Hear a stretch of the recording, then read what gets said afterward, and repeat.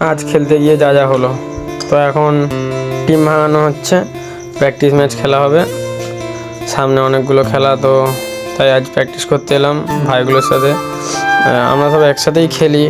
এখন দেখো ব্যাট করছি আমি, ভাইগুলো খুব ভালো বল করছিল। 5টা হোয়াইট, একটা রাইট বল। এখানে দেখো আমি কাট শটগুলো খেলছি। অত ভালো খেলতে পারি না, বাট ট্রাই তো করাই যায়। দেখো বল, পিচ খুব খারাপ, বলগুলো লেগে বাজে বাজে গায়ে লাগছে। খুব সর্দি হয়ে গেছে, ভালো করে ভয়েসও দিতে পারছি না। প্রিয়াংশু এই ভাইটা খুব ভালো বল করে, মানে আমাদের পাড়ার যে ছোটদের টিম আছে বাচ্চাদের, তার টিমের মেন বলার। আর এই পোলায় খুব পাকা বল করছে, দেখো না।